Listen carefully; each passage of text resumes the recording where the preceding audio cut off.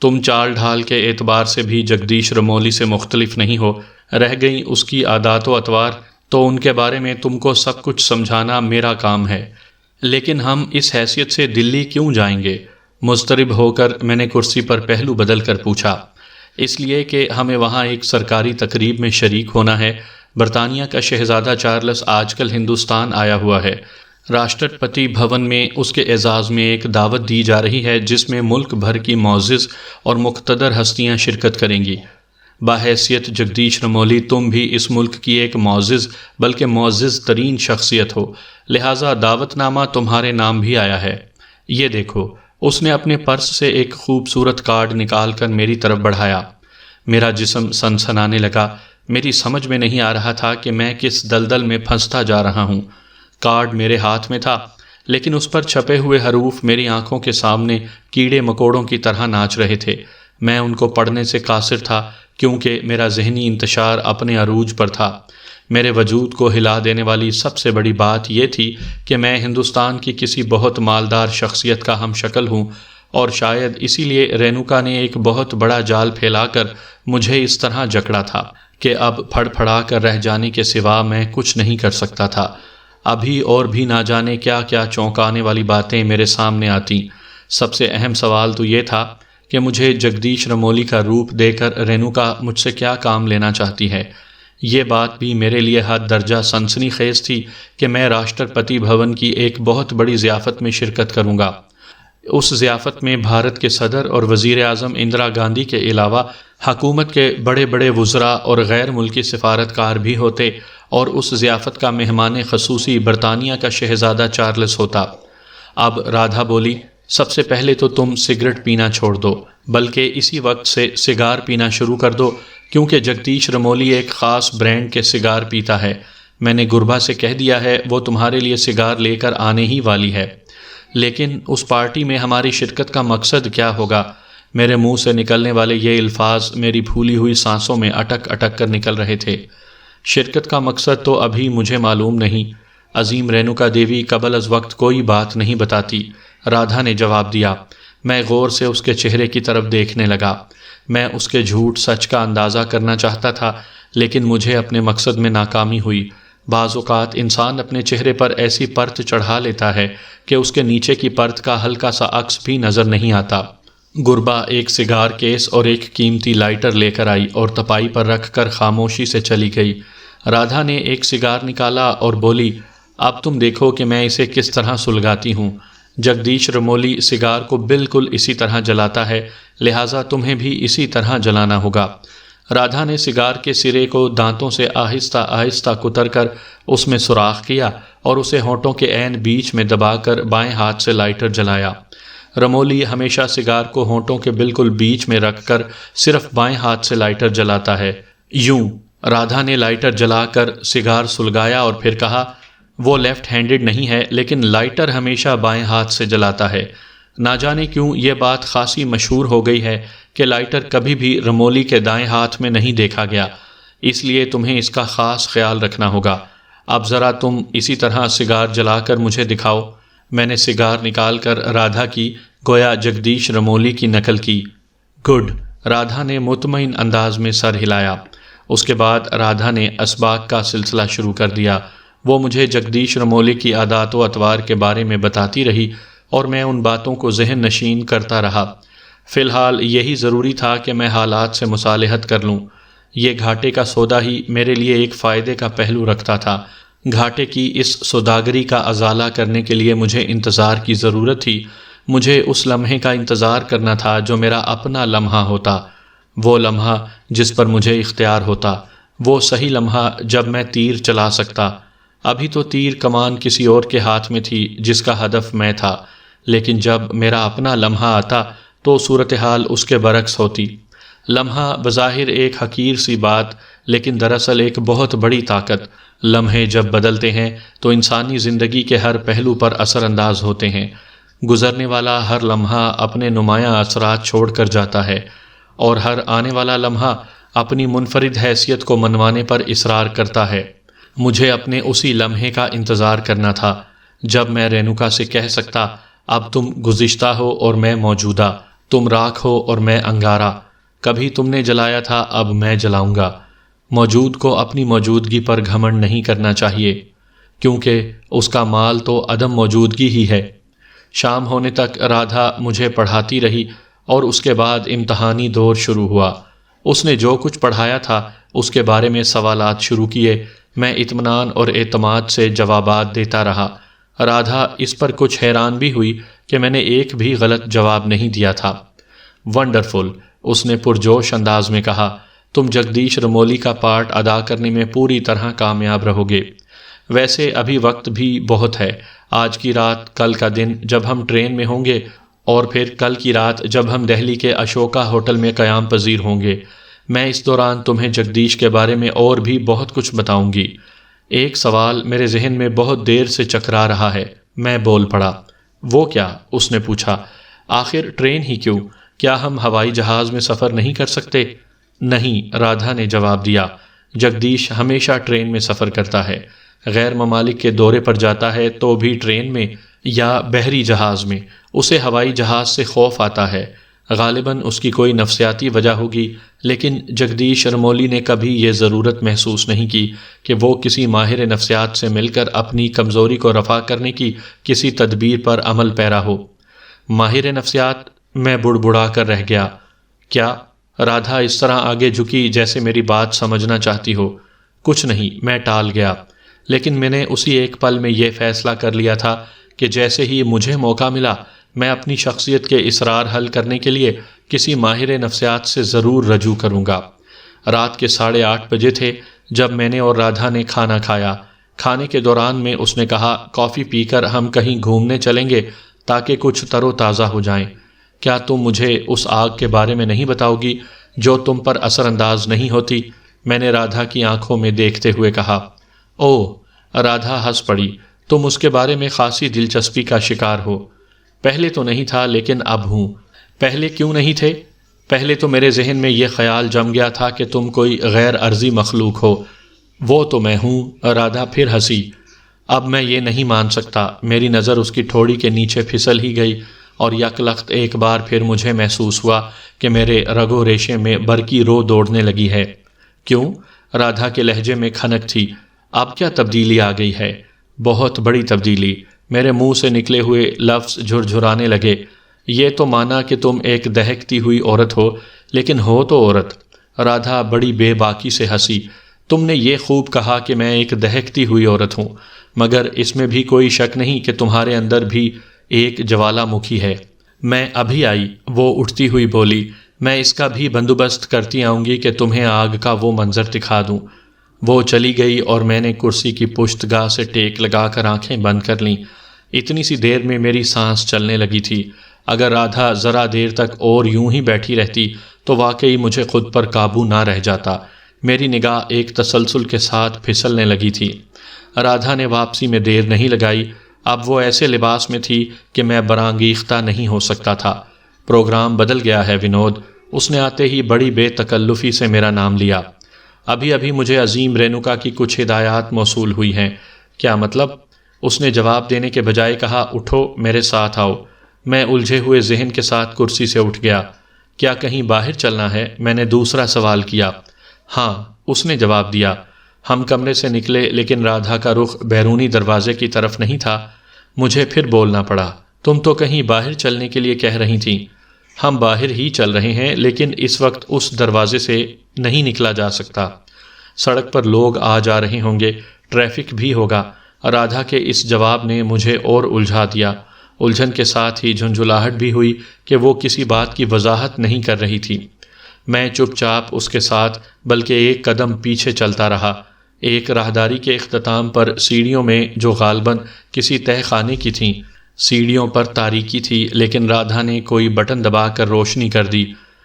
پھر ہم نیچے اترے تو میں نے اس تہہ خانے کی بائیں جانب ایک قد آدم دروازہ دیکھا۔ تہہ خانے میں سامان کے طور پر صرف ایک تپائی رکھی ہوئی تھی۔ رادھا نے اس تپائی سے ایک ٹارچ اٹھا کر جلائی اور اس قد آدم خلا میں داخل ہو گئی جو دروازے کے آر پار تھی۔ میں خاموشی سے اس کی تقلید کرتا چلا جا رہا تھا۔ اب ہم ایک سرنگ میں چل رہے تھے۔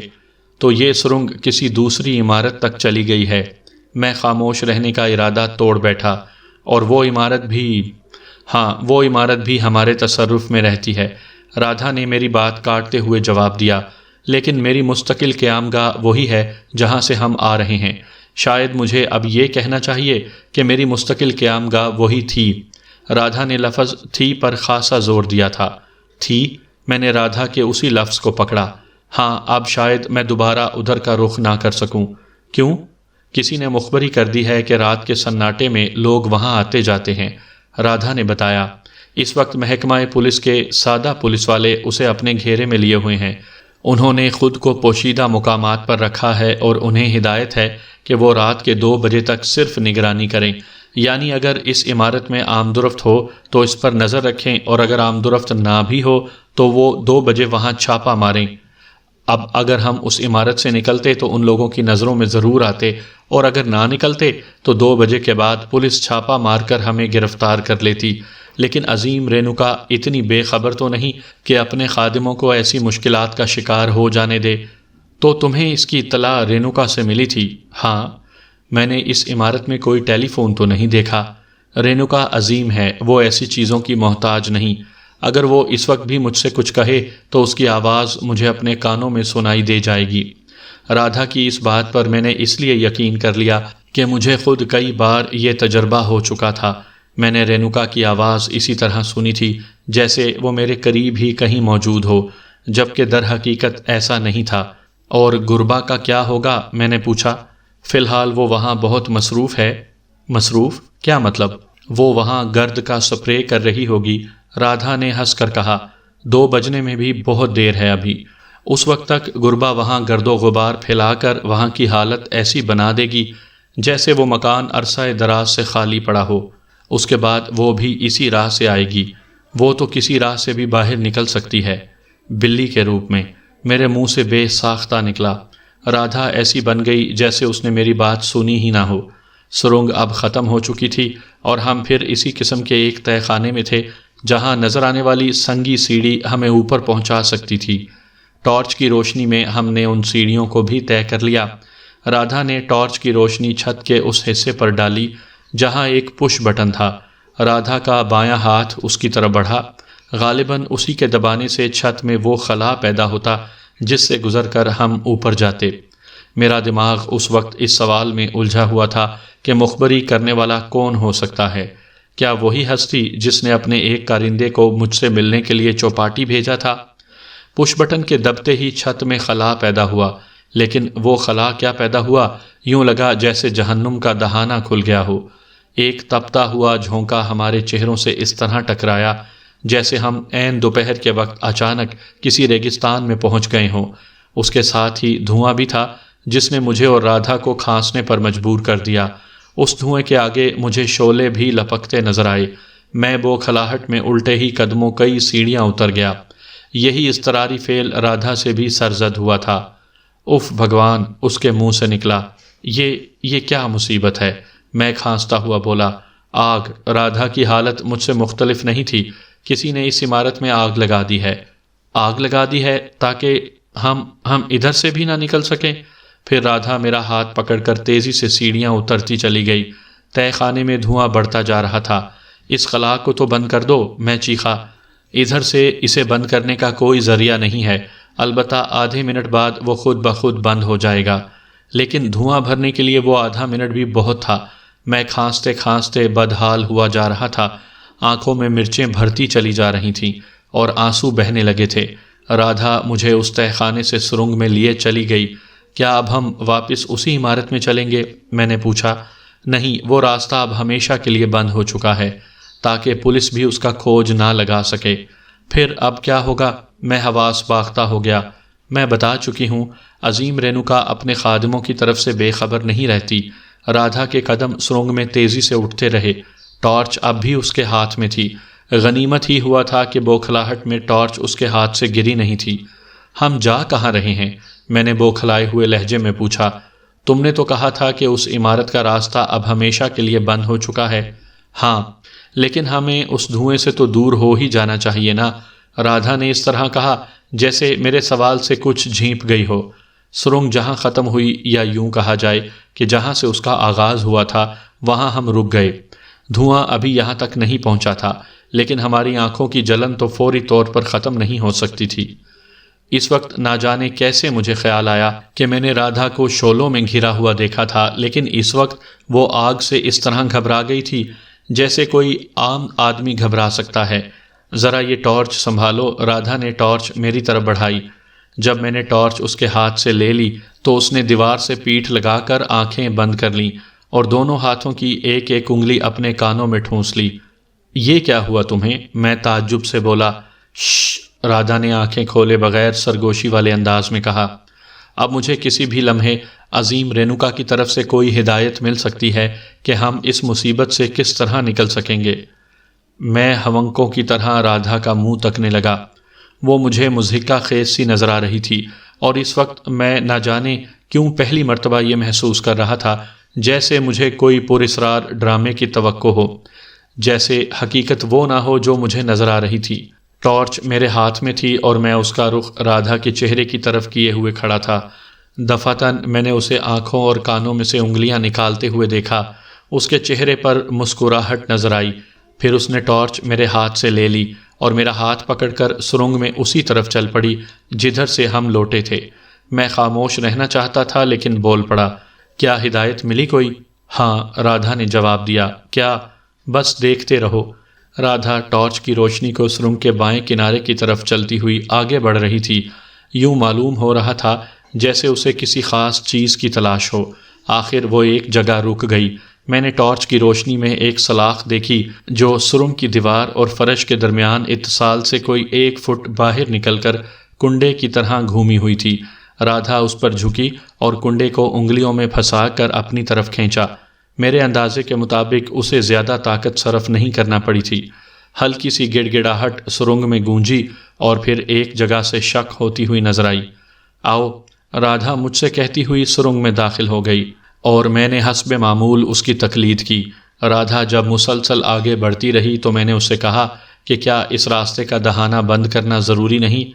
وہ آٹومیٹک میکینزم کے تحت خود بخود بند ہو جائے گا، رادھا نے جواب دیا، اور اسی وقت میں نے اپنے عقب میں گڑ گڑاہٹ کی آواز سنی۔ اس دوسری سرنگ کا راستہ خود بخود بند ہو چکا تھا۔ اب ہم محفوظ ہیں۔ رادھا نے اطمینان کی سانس لی۔ کچھ دور چلنے کے بعد ہمیں پھر اسی قسم کی سنگی سیڑھیاں عبور کرنا پڑیں، لیکن اس مرتبہ آگ اور دھوئیں نے ہمارا استقبال نہیں کیا۔ ہم جس عمارت میں پہنچے تھے وہ جدید طرز کے فرنیچر سے آراستہ تھی، اور وہاں ہمارا استقبال جمنا نے کیا تھا۔ وہ مجھے دیکھ کر مسکرائی تو تھی لیکن کچھ کہا نہیں تھا۔ وہ رادھا کو مجھ سے الگ لے گئی تھی اور آہستہ آہستہ کچھ باتیں کرنے لگی تھی۔ اس کے بعد رادھا نے مجھے ایک خوابگاہ میں پہنچایا اور بولی، اب تم آرام کرو، میں ایک ضروری کام سے جمنا کے ساتھ جا رہی ہوں۔ میں سر ہلا کر رہ جانے کے سوا اور کیا کر سکتا تھا۔ وہ دونوں چلی گئیں اور میں تھکے ہوئے انداز میں ایک ایزی چیئر پر ڈھیر ہو گیا۔ میں سچ مچ ایسی تھکن محسوس کر رہا تھا جیسے بے تحاشا کام کرتا رہا ہوں، اور میرا یہ احساس اب بھی قائم تھا کہ شاید مجھے کوئی پراسرار ڈرامہ دکھایا جا رہا ہے۔ مگر کیوں؟ اس کا جواب مستقبل کی پرتوں میں چھپا ہوا تھا۔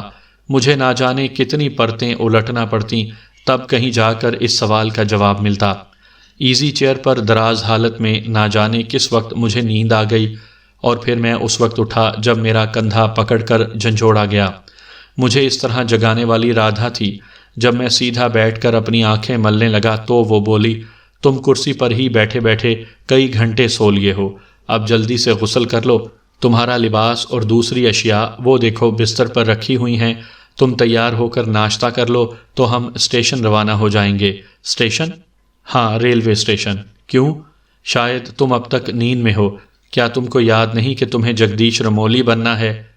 او ہاں، میں واقعی بھول گیا تھا، اور مجھے یہ بات بھی یاد نہیں رہی تھی کہ مجھے اس سلسلے میں تم سے ایک سوال کرنا تھا۔ ویسے تو یہ بھی ایک حیرت انگیز اتفاق ہے کہ میں جگدیش رمولی کا ہم شکل ہوں، لیکن کیا تم بھی اس کی بیوی کے ہم شکل ہو؟ نہیں، لیکن اس سے کوئی فرق نہیں پڑے گا۔ وجہ بھی بتا دوں گی۔ رادھا کچھ جھنجھلا سی گئی۔ پہلے تم جلدی سے تیار تو ہو جاؤ، میں بھی اتنی دیر میں تیار ہو کر آتی ہوں۔ پھر وہ میرے جواب کا انتظار کیے بغیر تیزی سے چلتی ہوئی کمرے سے نکل گئی۔ میں الجھے ہوئے ذہن کے ساتھ تیاری میں مصروف ہو گیا۔ اس تیاری میں میرا تقریباً پون گھنٹہ صرف ہوا۔ رادھا اتنی دیر میں تیار ہو کر نہیں آ سکی تھی۔ میں ایزی چیئر پر بیٹھ گیا اور اسی وقت میرے لیے ناشتہ آیا۔ ناشتہ لانے والی ہستی ایسی تھی کہ میں چونک گیا۔ وہ گربا ہی تھی۔ تم؟ میرے منہ سے بے اختیار نکلا۔ حسب سابق وہ خاموش ہی رہی اور اس کا چہرہ سپاٹ نظر آتا رہا۔ اس نے ناشتے کی ٹرالی میرے سامنے رکھی اور پھر مڑ کر دروازے کی طرف دیکھا۔ اس کی یہ حرکت مجھے کچھ پر اسرار سی معلوم ہوئی۔ میں الجھے ذہن کے ساتھ اس کی طرف دیکھ ہی رہا تھا کہ اس نے دوسری عجیب و غریب حرکت کی۔ اس نے کاغذ کا ایک چھوٹا سا پرزہ میری طرف بڑھایا تھا۔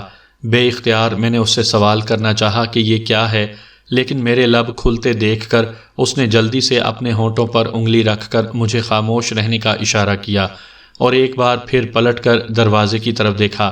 اب کاغذ کا وہ پرزہ میرے ہاتھ میں تھا اور میری دماغی حالت ایسی تھی جیسے کوئی پہیہ بہت تیزی سے گھوم رہا ہو۔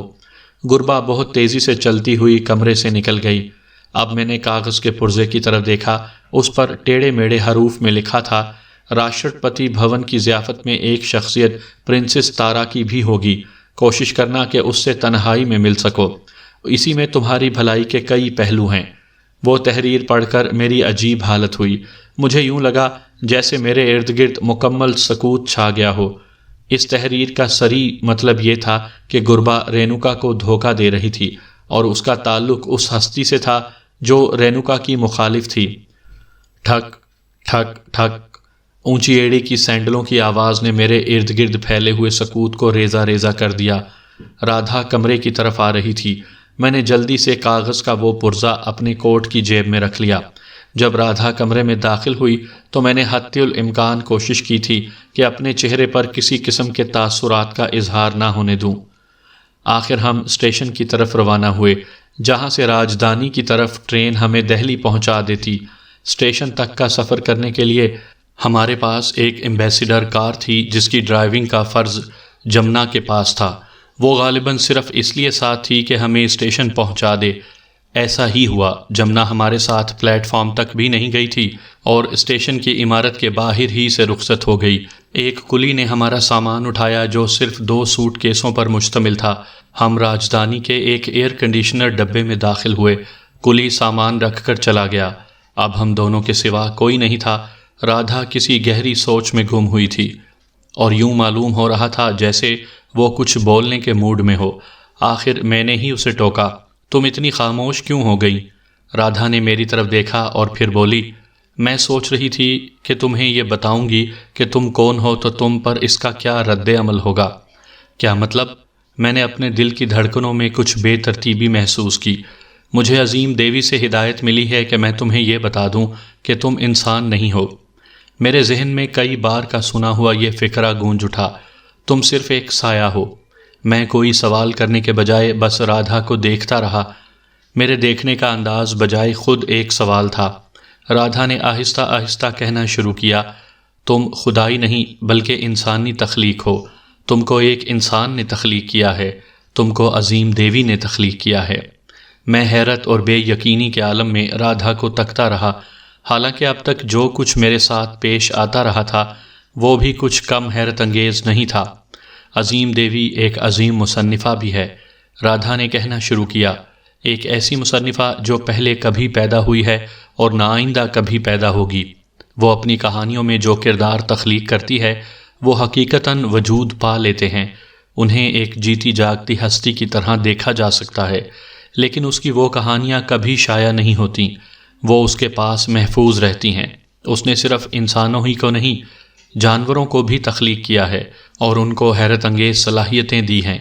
میرے ذہن پر گربا کا سایہ لہرا گیا۔ رادھا کہتی رہی، تم بھی اس کا ایک کردار ہو، اس لیے تمہیں اس وقت تک موت نہیں آ سکتی جب تک وہ اپنی کہانی میں تم کو ہلاک نہ کرے۔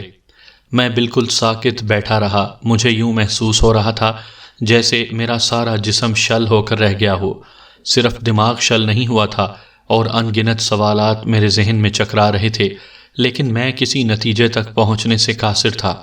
رادھا کی باتیں حقیقت تھیں یا افسانہ، اس کا جواب کون دیتا؟ میں نے اس موضوع پر رادھا سے کوئی گفتگو کرنا فضول سمجھا۔ یہ مجھے صرف مستقبل بتا سکتا تھا کہ حقیقت کیا ہے۔ آخر سفر کا آغاز ہوا۔ بمبئی کو پیچھے چھوڑ کر ٹرین مسلسل آگے بڑھتی رہی۔ ٹرین کی دھڑ دھڑ، گونج اور کبھی کبھی بجنے والی سیٹیوں سے زندگی کا احساس ہو رہا تھا، ورنہ باہر کی متحرک فضا پر چھائے ہوئے مکمل اندھیرے میں تو موت ہی کے سائے رقص کرتے نظر آ رہے ہوں گے۔ اگر میں ایئر کنڈیشن کوپے میں نہ ہوتا تو شاید اس ہولناک ویرانی کو دیکھ بھی لیتا۔ اس وقت کوپے کی روشنی میں صرف رادھا کا چہرہ میرے سامنے تھا، رونائیوں سے مزین اور متناسب اعضاء سے آراستہ پیکر۔ خاصی دیر سے ہم دونوں میں کوئی گفتگو نہیں ہوئی تھی، اور اس وقت رادھا کے چہرے پر سوچ بچار کے غیر مرئی ہیولے رقص کر رہے تھے۔ وہ نہ جانے کن خیالات میں گم تھی، لیکن ادھر میرا ذہن بھی خیالات کے بوجھ تلے دبا ہوا تھا۔ رادھا نے رینوکا دیوی کے بارے میں مجھے جو کہانی سنائی تھی، اس کی سنسنی خیزی کو میں اب تک اپنے وجود میں پھیلتے سمٹتے محسوس کر رہا تھا۔ ایک سوال کی دھمک تو میرے ذہن پر مسلسل ہو رہی تھی، کیا واقعی میں کوئی انسان نہیں بلکہ محض ایک کردار ہوں؟ وہ کردار جو رینوکا دیوی نے تخلیق کیا تھا، کیا واقعی کوئی کہانی نگار ایسا ہو سکتا ہے کہ اس کے تخلیق کردہ کردار وجود پا لیتے ہوں؟ رادھا کی سنائی ہوئی یہ کہانی مجھے محض ایک کہانی ہی معلوم ہو رہی تھی، لیکن میں ان حالات کو بھی نظر انداز نہیں کر سکتا تھا جو مجھے اب تک درپیش رہے تھے۔ قدم قدم پر مجھے ایسے معاملات کا سامنا کرنا پڑا تھا جن کی صورت سے انکار ممکن نہیں تھا۔ وہ سارے واقعات میرے ذہن کے پردے پر اس طرح منعکس ہو رہے تھے جیسے کوئی فلم چل رہی ہو۔ پھر جب اس فلم کا ایک کردار گربا میرے سامنے آیا تو میرے جسم میں پھیلی ہوئی سنسناہٹ کچھ اور بڑھ گئی۔ گربا ایسی ہی ہستی تھی جسے دیکھ کر بڑے بڑوں کا پتا پانی ہو سکتا تھا۔ وہ پراسرار ہی نہیں بلکہ خوفناک بھی تھی۔ مجھے کبھی اس کی آواز سننے کا اتفاق نہیں ہوا تھا، اور جانے کیوں میرے ذہن میں یہ بات جا گزری تھی کہ اگر کبھی ایسا اتفاق ہوتا تو مجھے انسانی آواز کے بجائے بلی ہی کی آواز سنائی دیتی۔ اس کے تنفس کی آواز بھی بلی کی غرغراہٹ سے مشابہ تھی، اور اس کے چلنے کا انداز بھی بلی ہی کی طرح بے آواز تھا۔ اس کے بارے میں سوچتے سوچتے مجھے احساس ہوا کہ میرے رگوں پہ میں خوف سرایت کرتا چلا جا رہا ہے۔ اس سے بچنے کے لیے میں نے اپنے ذہن سے گربا کے خیال کو جھٹکا اور رادھا کی طرف دیکھنے لگا۔ رادھا اپنی برتھ پر دراز ہو چکی تھی اور اس نے اپنا دایاں بازو آنکھوں پر رکھ لیا تھا۔ اس طرح شاید وہ کوپے کی روشنی سے اپنی آنکھوں کو بچانا چاہتی تھی تاکہ جلد نیند آ سکے۔ ویسے یہ بھی ممکن تھا کہ وہ سو چکی ہو۔ بہرحال میں نے مناسب یہی سمجھا کہ کوپے کی لائٹ بجھا کر خود بھی لیٹ جاؤں۔ میں لیٹ تو گیا، لیکن خیالات کا دھارا مجھے اپنی زد میں لیے رہا۔ رینوکا دیوی کسی جن کی طرح میرے اعصاب پر مسلط تھی۔ شدید خواہش کے باوجود بھی اس کے تصور سے نجات نہیں مل سکی۔ یوں لگتا تھا جیسے میرے اعصاب نے بھی اس کی غلامی قبول کر لی ہو۔ اس کے طلسمی حصار سے نکلنا شاید میرے لیے ناممکن ہو چکا تھا۔ میں نے اس سے اپنی جان چھڑانے کی کوششیں بھی کی تھیں، مگر کامیاب نہیں ہو سکا تھا۔ اب شاید میرے لیے اس کے سوا کوئی صورت نہیں رہ گئی تھی کہ رینوکا دیوی کے جال سے نہ الجھوں اور خود کو حالات کے دھارے پر چھوڑ دوں، تا وقت یہ کہ کوئی موافق صورتحال پیدا ہو جائے۔ ہر چند میری اسیری کی مدت زیادہ نہیں تھی، لیکن میرا عالم اس پنچھی کی طرح تھا جس نے قفس سے سمجھوتا کر لیا ہو۔ میں اب بمبئی سے دہلی کی طرف سفر کر رہا تھا، لیکن میری حالت یقیناً ایسی ہی تھی جیسے کسی پرکینچ طائر کو پنجرے میں بند کر کے لے جایا جا رہا ہو۔ مجھے ابھی یہ تک معلوم نہیں تھا کہ دہلی پہنچ کر مجھے کیا عجیب و غریب کردار ادا کرنا ہوگا۔ میں صرف اتنا جانتا تھا کہ وہاں مجھے راشٹرپتی بھون میں ہونے والی اس تقریب میں شرکت کرنا تھی جس کا مہمان خصوصی برطانیہ کا شہزادہ چارلس تھا۔ اس تقریب کے ناطے سے مجھے گربا کا دیا ہوا وہ پرچہ بھی یاد آیا جس میں لکھا تھا کہ میں اس تقریب میں پرنسس تارا نامی کسی عورت سے ضرور ملوں۔ گربا نے وہ پیغام مجھے اس طرح دیا تھا جیسے وہ چاہتی ہو کہ اس کی اس حرکت کا علم رینوکا دیوی کو نہ ہونے پائے۔ اس کا مطلب یہ تھا کہ گربا رینوکا دیوی کو دھوکے میں رکھے ہوئے تھی۔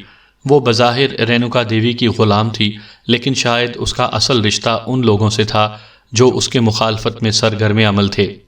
مجھے وہ آدمی یاد آیا جس نے مجھے چوپاٹی پر اس وقت کہا تھا کہ مجھے میرے بارے میں کچھ بتا سکے، لیکن ہوا کیا تھا؟ اس کی دردناک موت، دردناک ہی نہیں بلکہ پر اسرار اور خودکشی۔ دنیا میں شاید ہی کبھی ایسا ہوا ہو کہ کسی شخص نے اپنے ہاتھوں سے اپنا گلا گھونٹ لیا ہو۔ اس میں تو کسی شک کی گنجائش نہیں کہ اس شخص کو ایسا کرنے پر مجبور کرنے والی طاقت رینوکا کی ہی تھی۔ میں نے اس وقت رینوکا دیوی کے ہنسنے کی آواز بھی سنی، اور اب بھی مجھے اچھی طرح یاد ہے کہ وہ طنزیہ ہنسی بڑی ہی خوفناک بھی تھی۔ گویا یہ طے تھا کہ وہ مخالف گروہ رینوکا دیوی سے زیادہ طاقتور نہیں تھا، لیکن اس گروہ کی ایک رکن بلا شبہ بڑی باخبر تھی۔ بھگوان جانے وہ کیا بلا تھی۔ میں نے اس کی گونگی روانی میں جو وقت گزارا تھا، اس کے تصور سے مجھے اب بھی وہ یاد آتی تھی، لیکن اس کے ساتھ ہی میرے ذہن میں یہ سوال بھی گردش کرنے لگتا تھا کہ کیا رینوکا دیوی گربا کی اصلیت سے واقف ہو سکتی ہے؟